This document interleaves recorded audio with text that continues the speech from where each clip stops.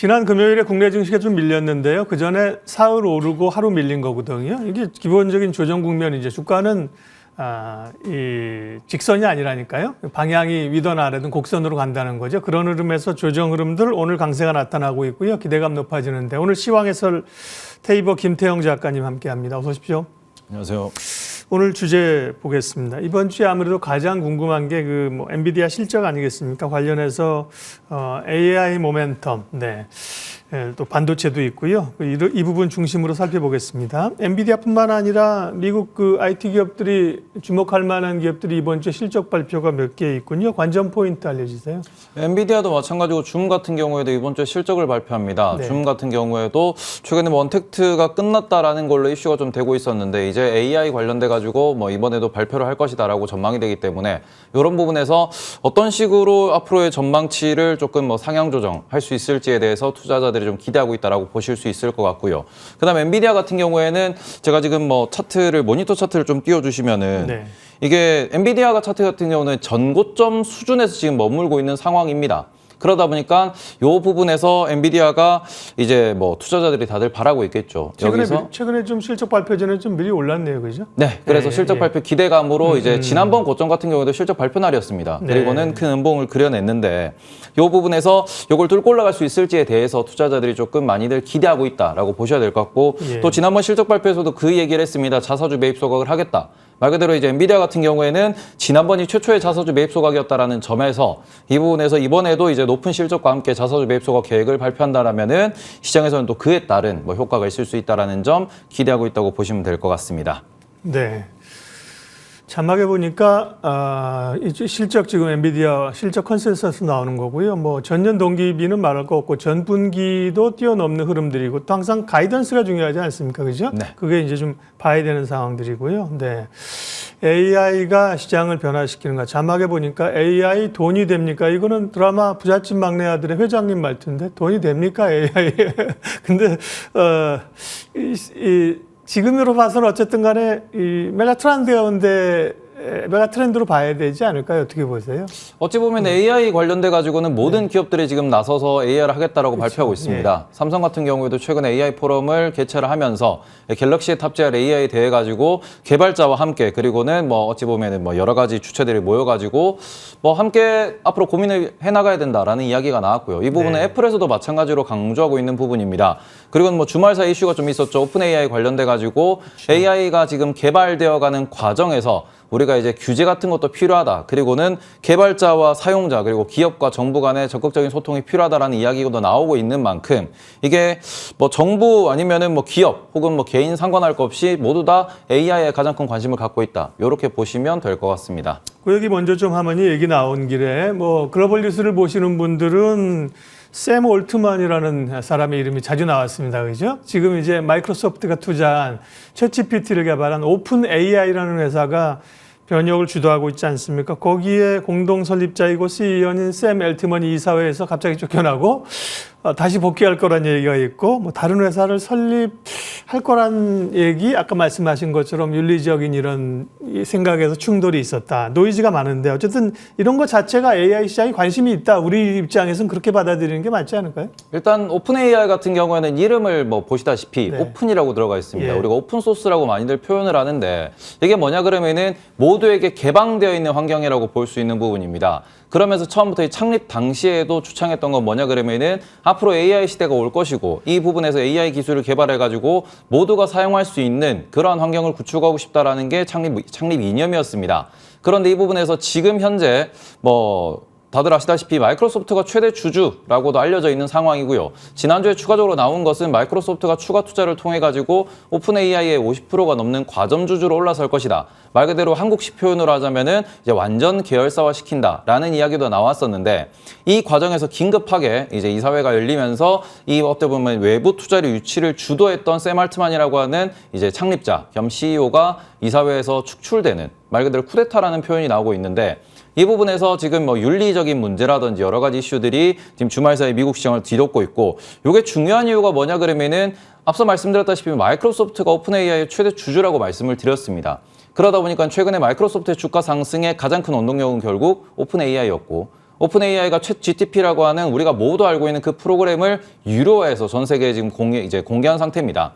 이러다 보니까 이 부분에 있어서 앞으로 새로운 비즈니스 모델이 추가될 수 있다는 기대감이 마이크로소프트의 신고가 랠리를 만들어냈었는데 이게 조금 피해를 입을 수 있다라는 이야기도 나오고 있고, 그러다 보니까 마이크로소프트 CEO가 이제 주말 사이에 긴급하게 트위터에다가 글을 써가지고 우리 이제 복귀를 추진할 것이다라는 얘기도 나왔고요. 오늘 새벽 한국 시간 기준으로 새벽에 나온 뉴스는 관련된 이제 회의가 진행되고 있다, 복귀를 추진하고 있다라는 이야기가 나오고 있는 만큼 이 부분이 이제 나스닥 선물 시장을 오늘 내일 많이 좀 움직일 수 있다라는 점 참고하셨습니다. 좋겠습니다. 네, 오픈 AI라는 회사는 상장이 안 돼 있기 때문에요. 마이크로소프트가 관련이 돼 있고, 한편 아까 이제 다른 회사를 설립하려는 움직임이 있다라고 하는 쪽에 돈을 대는 사람의 한 사람이 또 손정희 회장 얘기도 있습니다. 그러니까 관련된 게 굉장히 뉴욕에서는 가십거리처럼 여기지만 AI나 이런 쪽에 관련이 있을 수 있다는 말씀이고요.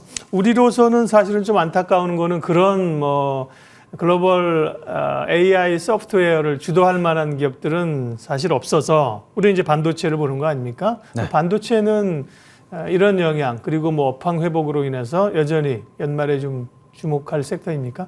일단은 반도체 같은 경우에는 오픈 AI뿐만 아니라 지금 아까도 말씀드렸지만 삼성전자, 애플, 구글 모든 기업들이 이제 AI에 뛰어들고 있습니다. 그리고 오픈 AI가 일단 지금 현재로서는 1등이 맞지만 그 외에도 많은 경쟁자가 미국에서도 지금 등장하고 있는 상황이고요. 뭐 2등과 3등의 구글 같은 기업들이 계속해서 투자를 하고 있다라는 점, 이 소식들은 많이 들으셨을 거기 때문에 지금은 이제 AI 관련돼 가지고는 무한 경쟁의 시대다라고 보실 수 있을 것 같습니다. 그리고는 이 부분은 엔비디아 실적에서도 우리가 좀 주목을 해보셔야겠지만 얼마나 많은 기업들이 엔비디아에게 지금 줄을 서 있는가. 그리고는 실제로 오픈 AI의 CEO 샘 알트만 역시도 우리가 겨우 엔비디아의 AI 반도체, 어찌 보면 이제 H100이라고 부르는 그 제품을 겨우 구했다라는 이야기를 할 만큼 지금 이 시장은 뜨거운 상황이라고 보실 수 있을 것 같습니다. 그렇기 때문에 이 부분에서 SK하이닉스에 대한 외국인들의 매수가 꾸준히 이어지고 있고요. 그리고는 삼성전자 같은 경우에도 이제 AMD와 4조 규모의 계약을 체결했다라는 썰이 돌고 있고, 이것도 추가적인 계약으로 이어질 수 있다는 이야기도 나오고 있습니다. 그리고 기존의 고객이었던 구글 같은 경우에도 텐서라고 하는 프로세서를 삼성전자랑 개발해서 이제 만들고 유통을 했었는데, 이 또한 이제 AI 관련돼 가지고 연산을 할 수 있다라는 점에서는 우리나라는 AI 관련돼서 수혜는 있다. 다만 한 가지 걱정이 되는 것은, 그래서 돈을 누가 버냐라고 하면은 돈을 버는 것은 소프트웨어를 개발하는 것이고요. 그러고는 엔비디아와 같이 핵심이 되는 부품을 만드는 것입니다. 우리나라는 메모리 쪽이기 때문에 메모리 쪽은 조금 꾸준함으로 보셔야지 돈이 많이 된다, 여기서 따블이 간다라고 보기보다는 그냥 AI 반도체가 이슈가 될 때마다 우상향을 유지할 수 있다 정도로 보시는 게 좀 더 합리적일 것 같습니다. 반도체 관련해서는 조금 디테일하게 얘기하면 어쨌든 간에 AI와 관련된 반도체 후공정이 관심 있고요. 운용사들이 관련된 이런 AI 반도체에 집중한 ETF를 상장한다는 얘기 조금 전에 이제 김정희 의원도 해주셨는데요. 이게 과거 같으면 수급이 들어오니까 굉장히 좋은 이슈였는데 지나고 보니까 이게 또 너무 쏠림 현상에서 노이즈를 만들어내고 그렇더라고요. 이건 어떻게 봐야 돼요? 일단 내일 같은 경우에도 이제 관련 ETF 두 종이 동시에 출격한다라고 보실 수 있는데, 이게 과거에 이런 사례도 있었습니다. 2021년이었죠. 이제 우리나라에서 9월쯤이었을 겁니다.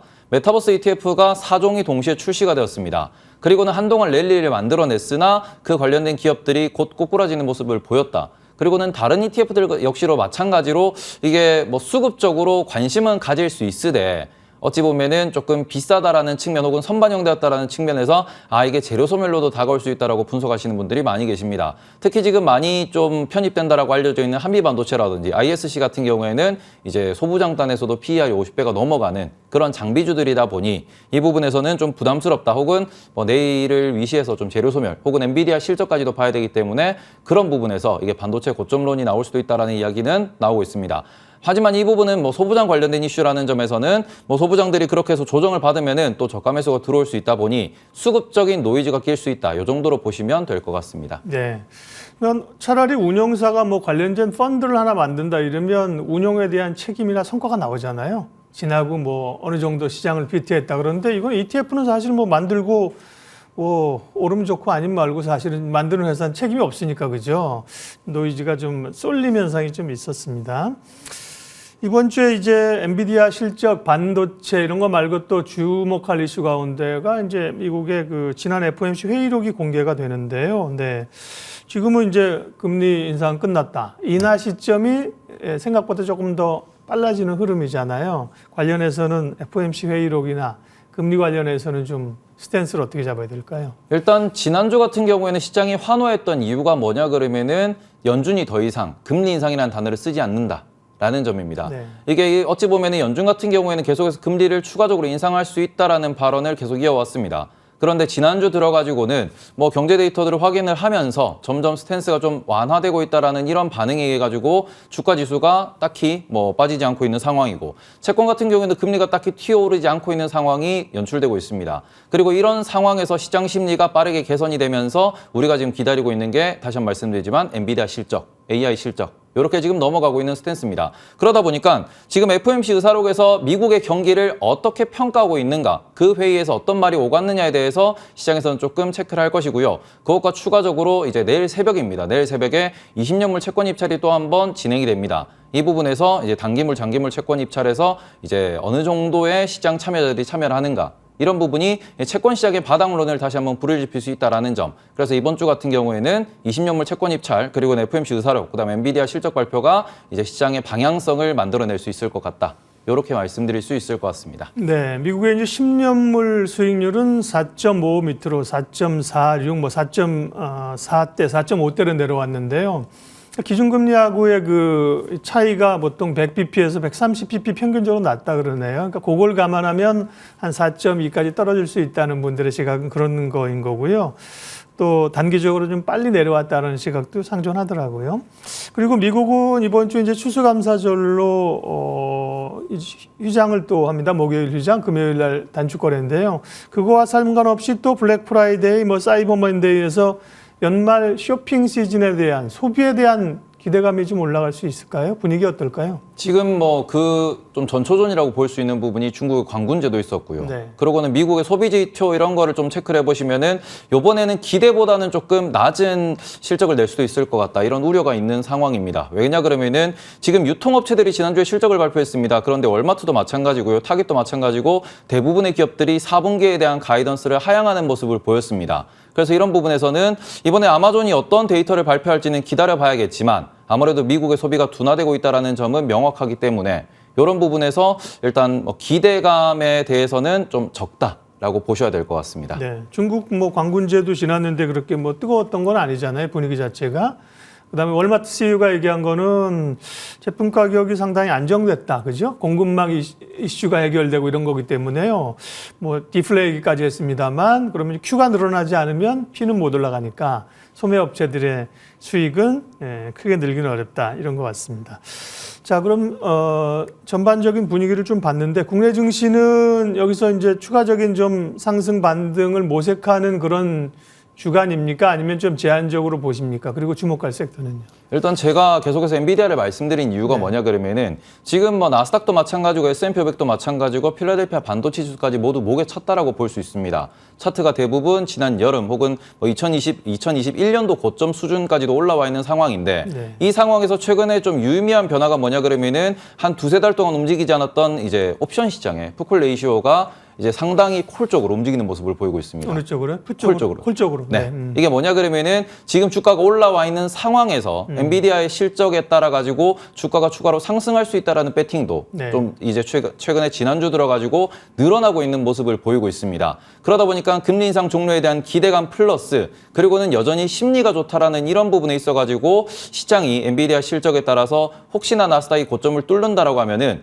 이번 주 역시 혹은 12월 올해 연말장 역시도 우리가 좀 산탈리라고 볼 수 있는 일일이 기대해 볼 수 있을 것 같다. 그런 심리가 점점 지난주부터 변화로 감지되고 있다는 점에서는 우리가 현재는 2,500 수준에서 머물러 있습니다. 코스피가. 그런데 이 부분에서 정말 중요한 것은 나스닥의 고점을 뚫어내느냐.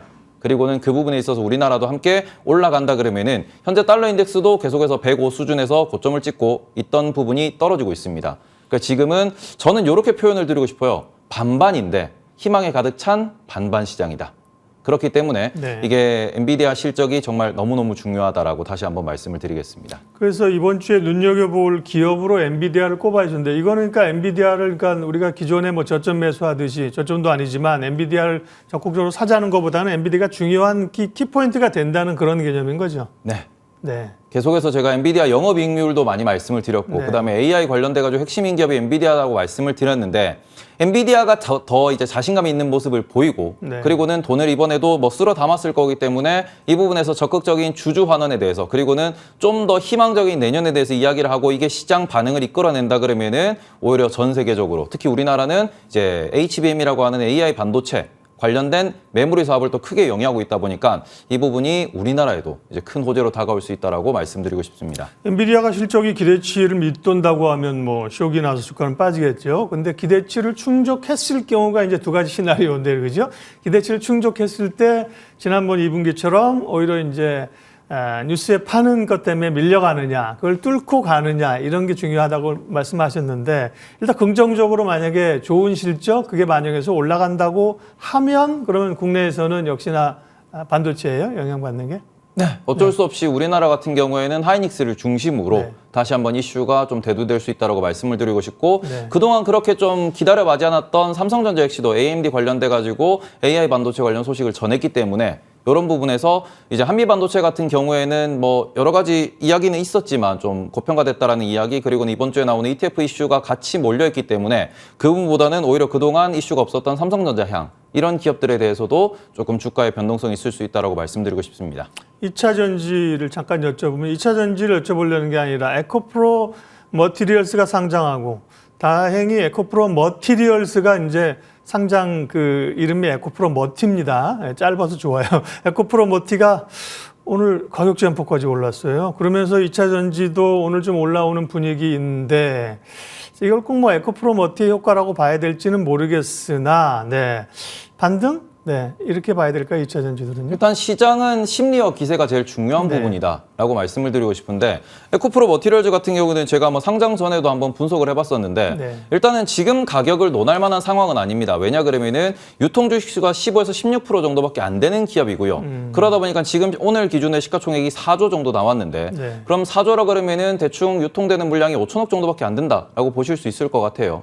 5천억 정도죠. 네.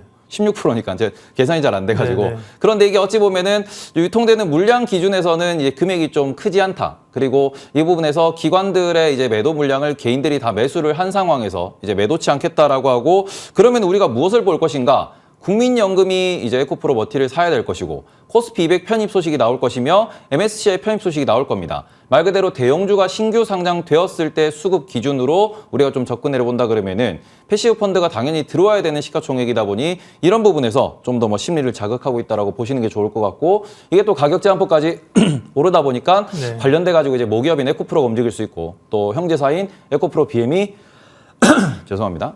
예, 같이 이제 움직인다. 이렇게 되면 2차 전지의 심리를 건들 수 있다라고 보시는 게 좋을 것 같습니다. 네, 에코프로 머티리얼즈는 시총이 5조 원을 넘었네요. 상한가 가면서. 예. 이번 주 주목해야 될 핵심 결국은 뭐 엔비디아 실적이 그죠.